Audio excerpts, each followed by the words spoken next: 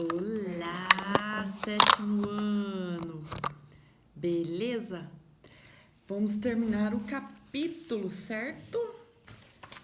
Apostila de vocês, capítulo 6, População Brasileira, para acabar a apostila azul e começar... Tadadá. Eu tenho aqui, mas para começar a apostila verde, é do nono, mas dá para entender a cor, né? Então, pessoal, características da população brasileira, certo? Desde a metade do século XX, a população brasileira e a população mundial cresceu muito. Quais são os principais motivos, né? Houve uma mudança no perfil social da população, né? A população migrou para os grandes centros urbanos. Antes, né, a maioria das pessoas viviam no campo. Hoje já a maioria das pessoas vive na cidade, certo? E o que aconteceu? As cidades, elas possuem mais acesso à saúde, hospitais, né? Houve, então, uma queda da mortalidade. Aí, quando as pessoas saíram do campo e foram para a cidade, o índice de natalidade, a taxa de natalidade ainda era grande, mas a mortalidade já melhorou. Se o índice de mortalidade diminui e o de natalidade se mantém alto, a população continua crescendo bastante ainda, né? Esse período é um período de transição demográfica. Depois, o que acontece? A taxa de natalidade começa a diminuir também, porque a mulher vai para o mercado de trabalho, né? A vida na cidade é mais cara do que a vida no campo. E aí acontecem outras mudanças sociais e econômicas e principalmente pelo acesso da mulher ao ensino e ao planejamento familiar. E aí, então, acontece uma queda dos dois. Se vocês olharem aqui na página 48, vocês conseguem ver esse gráfico. Aqui a mortalidade e a natalidade são muito altas quando as pessoas estão no campo. Aí elas migram para a cidade, a natalidade continua alta, mas a mortalidade já cai. E aí vai caindo cada vez mais a taxa de natalidade até que o crescimento populacional fica menor, certo? Aqui na página 48 tem um gráfico que mostra a evolução da população brasileira. 1872 a 2017, mais de 207 milhões de brasileiros. E a população mundial, a mesma coisa, tá vendo? Aqui em 2025, 8 bilhões de pessoas no mundo, gente, é muita gente, certo? Então, inclusive, muita gente anda causando transtorno para todos, né? Para essa muita gente, porque os impactos ambientais, o contato com a natureza e a destruição dela força os animais tentarem sobreviver na cidade, né? Procurar comida na cidade. E aí a gente tem pragas, vírus, corona, certo? Mas vamos continuar. E a estrutura etária brasileira, eu já falei um pouquinho no começo do capítulo, quando eu fui explicando os conceitos, né? Quando eu fui falando um pouquinho para vocês aqui o que é demografia, o que é censo demográfico, né? Aí teve no finalzinho aqui, eu falei estrutura etária, né? A estrutura etária, então, divide por linhas a idade, aí varia de 0 a 5, primeira linha, de 6 a 10 e assim vai, até chegar nos idosos aqui. E de um lado são os homens e do outro lado as mulheres. E é a forma como a população está distribuída por idade e por gênero. Ela é representada por um gráfico chamado pirâmide etária. E aí vocês podem comparar como que a pirâmide etária do Brasil mudou, né? essa história que eu falei aí da migração do campo para a cidade, como influenciou nessa mudança, ó. Aqui, esse primeiro gráfico é da década de 60 e esse de 2020. A nossa pirâmide etária era bem triangular, bem pirâmide mesmo. Nascia muita gente, mas a mortalidade era alta, ó. Então morria. As pessoas, essas daqui, elas vão envelhecendo. Nos anos 60 elas estavam aqui. Ó, em 2020 elas estão aqui. E aí em 2020, ó, olha como aqui nos primeiros anos morriam mais. Aqui já não morre. A pirâmide ela tá virando uma coluna, né? Ó, nós estamos em um processo de transição demográfica. A nossa população, daqui a alguns anos, essa ponta aqui já vai ter desaparecido, né? Nós teremos mais idosos e há até a possibilidade dessa pirâmide se inverter, as pessoas terem cada vez menos filhos e essa pirâmide ficar de ponta cabeça. Isso daí dá super problema para o governo. Por quê? Quem sustenta a pirâmide é o meio dela, é a população economicamente ativa, a PEA. Então, o miolo são as pessoas que estão na idade de trabalhar. Elas vão trabalhar, sustentar as crianças e os idosos, né? As aposentadorias vêm do INSS, a maioria delas. E o recolhimento, né, do INSS é de quem está trabalhando. Então, é o meio da pirâmide, não é que quem trabalha mantém o pai e a mãe, não é isso, mas é que ele recolhe INSS, né? E é o INSS que paga os idosos. Então, quando você tem muito idoso nascendo pouca criança, tem que fazer reforma previdenciária, né? Aumenta a idade para as pessoas aposentarem, para você ter uma margem menor aqui. O problema é como isso é feito, né? Muitas vezes tirando direitos e por aí vai. Mas eu não vou discutir reforma da Previdência com vocês, não, que eu tenho que tocar a matéria para frente. E hoje eu vou tentar fazer um vídeo menor, porque algumas pessoas andaram escrevendo para mim falando que os meus vídeos são muito compridos, certo? Então eu vou ser mais objetiva. Então, a população brasileira, se vocês olharem nesse gráfico, ela está envelhecendo, né? Esse pessoal aqui não morreu, tá vendo que comparado aqui eles ia diminuindo, né? Ó, tá vendo? Porque as condições de saúde, tal, o acesso à saúde, as pessoas estão vivendo mais na cidade, então isso está mudando. Então, a população brasileira está envelhecendo e também está aumentando a expectativa de vida.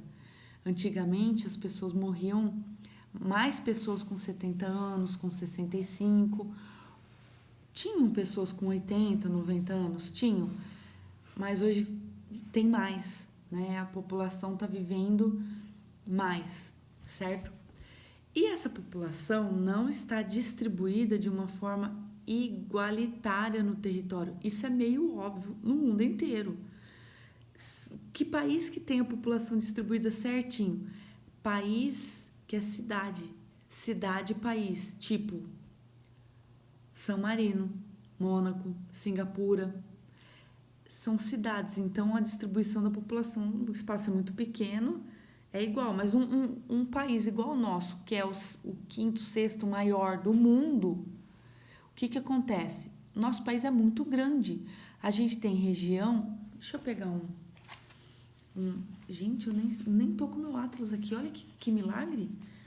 Então, aqui, mapa do Brasil, você tem uma região norte com floresta densa, úmida, e longe de onde chegaram as caravelas e começou a colonização, né?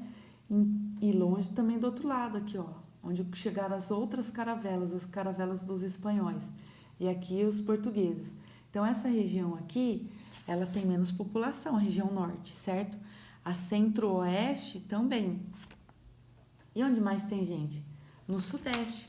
Deixa eu abrir o material de apoio de vocês, que tem até um mapa sobre a concentração da população. Ó, índice de vulnerabilidade. Gente, onde que eu tinha visto esse mapa? Ai, não é no material de apoio, é na página 50, ó. Tá vendo? Quanto mais claro, menos pessoas. E quanto mais escuro, mais pessoas. Tá vendo? Então, as capitais aqui do Nordeste. Se vocês pegarem a faixa litorânea até 200 quilômetros para dentro, você tem mais da metade da população nessa faixa, com destaque do Sudeste, que adentra mais, né? Nós estamos já a quase 400 quilômetros do litoral, quase não, mais de 400 quilômetros do litoral, é 400 quilômetros para São Paulo, e nós estamos a mais de 400 quilômetros, né, do litoral. Então, mas é que São Paulo toda, quase toda, é habitada, mas a população brasileira se concentra no litoral, numa faixa de até 200 quilômetros, e no Sudeste. As regiões menos habitadas é a região Centro-Oeste, aqui do Pantanal, né, as grandes planícies, mas tem regiões habitadas aqui dentro, igual Brasília, cadê?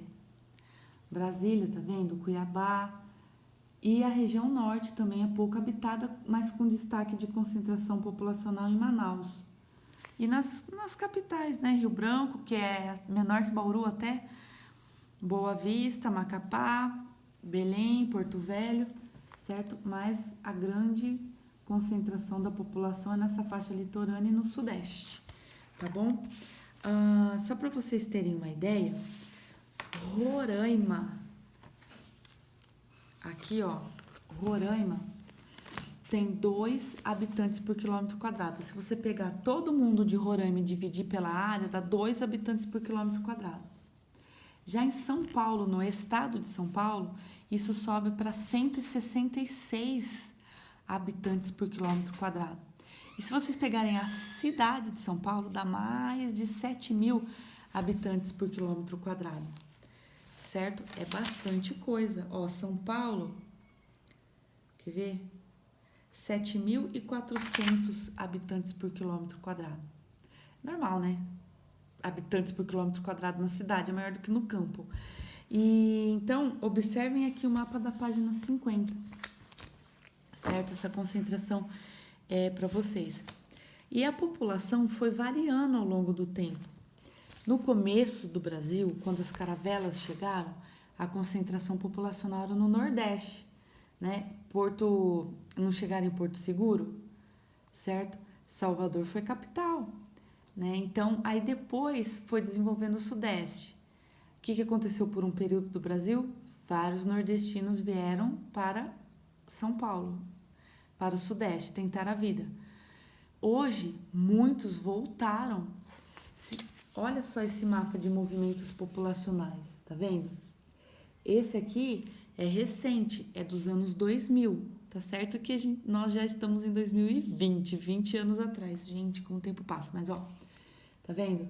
Então, muitos tinham vindo, mas muitos já tinham voltado em 2020, mas já na década de 70, 50 anos atrás, né?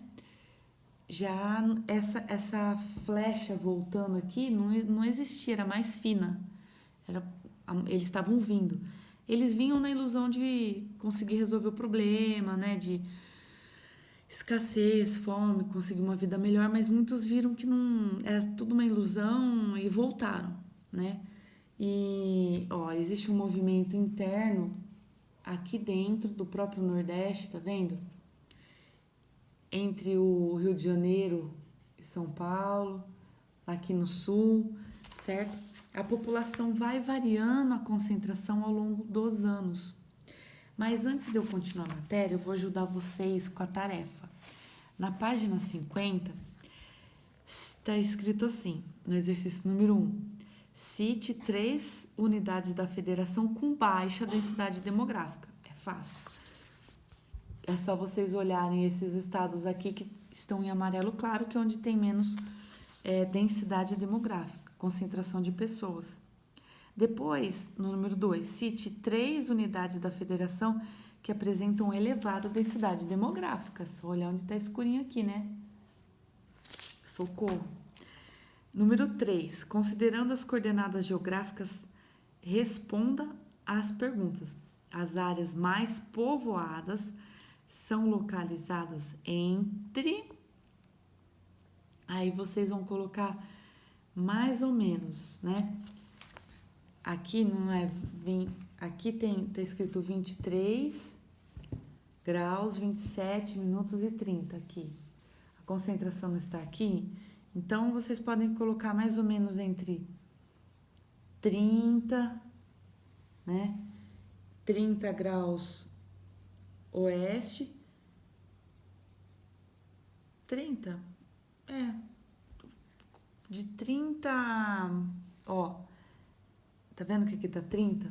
E aqui está 23. Vai diminuindo até chegar no zero aqui, linha do Equador, hein? Então, aí vocês calculem mais ou menos, ó. Eu colocaria, ó, de 23 a 0, metade, daria uns 11 aqui. Então, não é 11, né? Então, aqui mais ou menos uns 19.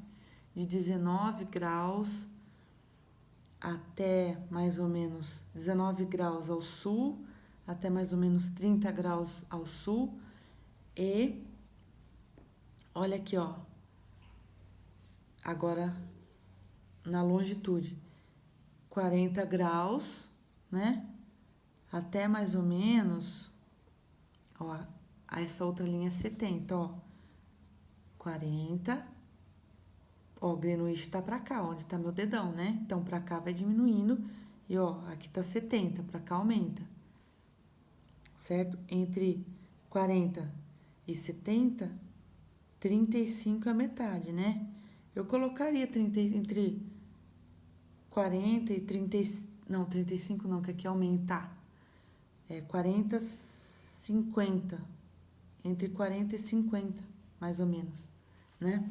Entre 40 e 50, 55, oeste, né? Se vocês pegarem o planeta Greenwich, nós estamos a oeste, certo? Então, é isso, vocês têm que colocar a coordenada geográfica. As áreas menos povoadas, a mesma coisa, calcular mais ou menos a coordenada geográfica.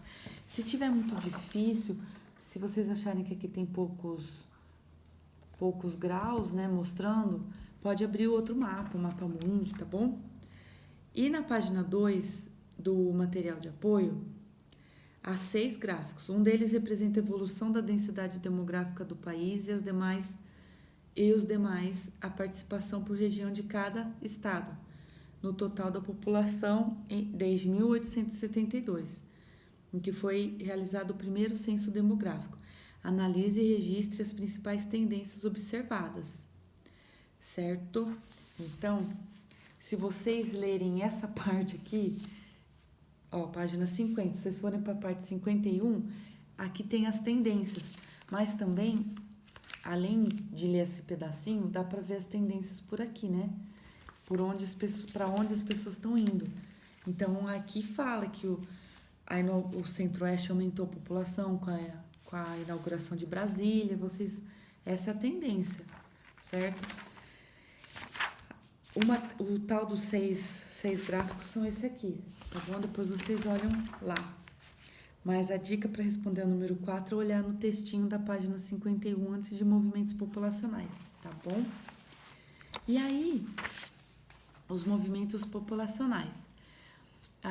É óbvio que lugares com condições favoráveis atraem as pessoas e lugar com condições desfavoráveis repulsam as pessoas. O que é uma condição desfavorável? Guerra, pobreza, economia, fome, economia pobre, né? Frágil. E lugar de atração de pessoas? Economia forte, tipo, entre países, eu quero ir para a Europa, eu quero ir para os Estados Unidos. Aí um boliviano, eu vou para o Brasil. Um haitiano, eu vou para o Brasil. Né? E o Brasil quer ir para os Estados Unidos e Europa, Japão, né? E, então, é assim que funciona. E há grandes movimentos populacionais dentro do Brasil e que é mostrado nesse mapa aí que eu mostrei para vocês da página 51, tá bom? Um desses grandes movimentos foi a primeira coisa que eu falei no capítulo da metade, né, do século XX, quando a população saiu do campo e foi para a cidade. essa saída em massa, em grande quantidade de pessoas do campo para a cidade, se chama êxodo rural, tá? É um processo de migração que as pessoas saem do campo e vão para a cidade. Por que elas fazem isso? Primeiro, porque existe concentração fundiária. O que é isso? Concentração de terras no Brasil, lá daquele capítulo nosso de concentração de terras, né? Tem regiões que você tem fazendas enormes e o cara do sítio pequeno não consegue competir com o grande produtor, ele perde a terra dele. Aí o grande produtor acaba comprando. O que ele faz? Ele tem que vir para a cidade. Então, a concentração de terras, a concentração fundiária é um motivo. O que é a Revolução Verde? Revolução Verde foi quando a genética, estou até escrevendo aqui para vocês no PDF, a genética, né, que fez aprimoramento, você conseguiu aumentar a produção, a mecanização do campo, principalmente. O que é a mecanização? Eu substituí o trabalhador que estava lá com a enxada por aqueles arados modernos. Então, vou precisar de menos pessoas trabalhando no campo. O que elas vão fazer? Vão para a lua? Não, vão para a cidade, certo? Aprimoramento genético, mecanização e essa é a Revolução Verde. Aí isso gerou desemprego no campo, certo? A pessoa está desempregada, vai procurar emprego na cidade, vem para cá. O campo, em muitas regiões, é precário, né? Não tem energia, não tem luz, ou é região de conflito. Então, a precariedade do campo fez as pessoas abandonarem o campo e virem para a cidade. E a baixa oferta, né? No campo de saúde, lá na roça, no sítio, não tem hospital. Tem que vir para a cidade. Educação, às vezes a pessoa tem que andar, a criancinha tem que andar lá, não sei quanto, na terra para atravessar rio, a ponte estourou, não deu para estudar. Então, baixa oferta de educação, de energia elétrica.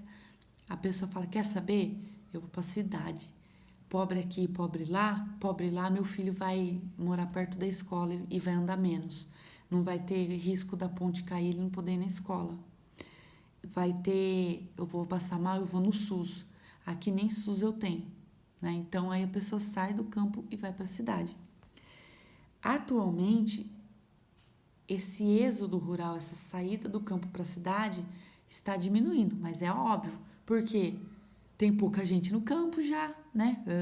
Então, a população rural já é pequena, né? Então, óbvio que vai diminuir. E também, aí é legal, está acontecendo uma melhora no campo.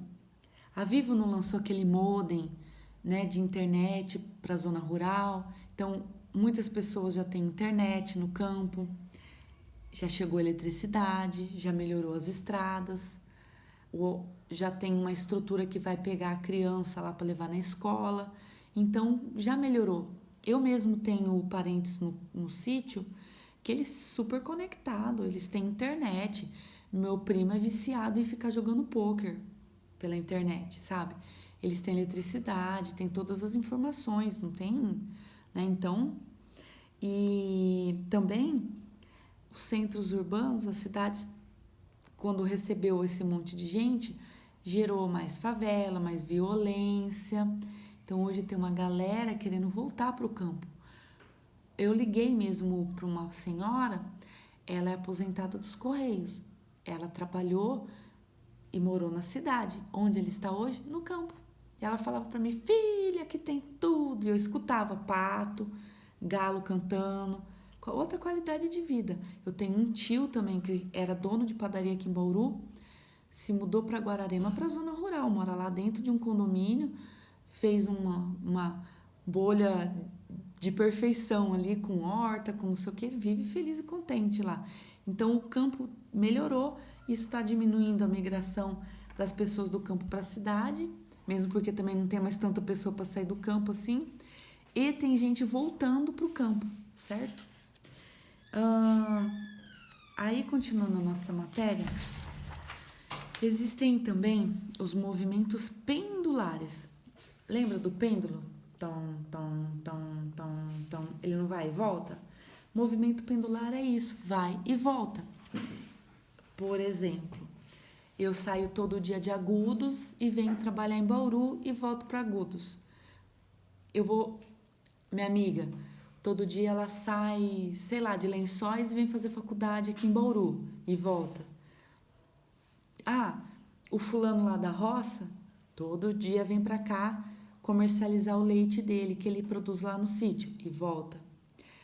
Vem fazer comércio. Ah, eu preciso de um serviço da prefeitura de Bauru. Vem para cá e volta. Então, é um movimento diário de ir e voltar. O principal motivo é trabalho. Em São Paulo é muito comum, né? As pessoas moram ali em volta, vão para São Paulo e voltam. Vão e voltam. Sorocaba, São Paulo. Barueri, que é Alphaville, ali vai para São Paulo e volta, que é emendado. Então, movimentos pendulares, certo? E a evolução dos indicadores socioeconômicos. Isso está na página 52 da apostila. Os indicadores socioeconômicos são números que representam a realidade social e econômica. Quando você olha como anda a economia e a sociedade, você faz uma análise das condições da população. E aí você percebe onde que está mais precário, onde que precisa de mais investimentos para melhorar a situação da população. Ah, eu vou olhar a educação, eu vou olhar a renda, a expectativa de vida. Nossa, ali ó, a renda é baixa, morre, a expectativa de vida é menor, morre mais gente, taxa de natalidade muito alta. Ali está precisando de investimento, entendeu? Então, os indicadores sociais mostram onde é melhor, onde é pior, certo? E aí tem 4 indicadores diferentes para mostrar para vocês.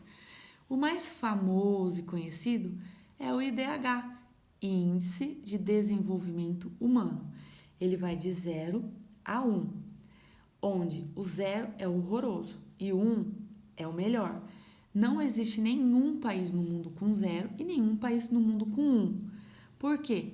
0, o país seria inabitável. Não teria condições, qualidade de vida nenhuma. Tipo, seria tudo guerra, tudo destruído, um horror. Não existe. E o 1 também não existe. O 1 seria Nárnia, lugar perfeito, né? Não, se bem que Nárnia não. Passárgada, né? Lugar perfeito. Nossa, no país não tem nenhum problema, ele é 1. Não tem. A gente tem coisas muito próximas, né? Dinamarca, Suécia, Noruega, Finlândia, sempre estão lá no topo dos melhores. E aí os Estados Unidos também está no topo, mas tem hora que ele sobe, desce.